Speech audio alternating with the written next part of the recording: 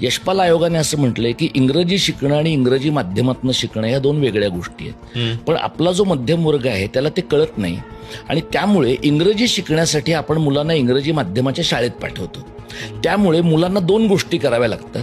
इंग्रजी भाषा शिकावी लागते आणि इंग्रजीतनं सगळ्या विषयांची परिभाषा शिकावी लागते.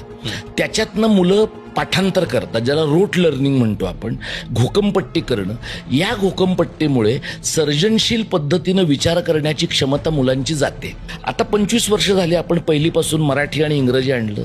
याचं आपण काय ऑडिट केलंय मला सांगा. की पहिलीपासून मराठी माध्यमामध्ये मराठी आणि इंग्रजी आल्यावर आत्ता मुलांना 6वी 7वी मध्ये सुद्धा दोन्ही भाषांपैकी कुठलीच भाषा नीट बोलता येत नाही.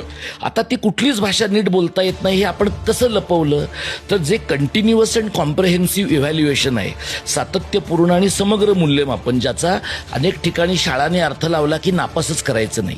तो नापास करायचं नाही याच्यामुळे मुलं काहीच न शिकता 8वी पर्यंत गेली मधल्या 20 एक वर्षांमध्ये. की मराठी माध्यमातल्या मुलांची ही परिस्थिती आहे.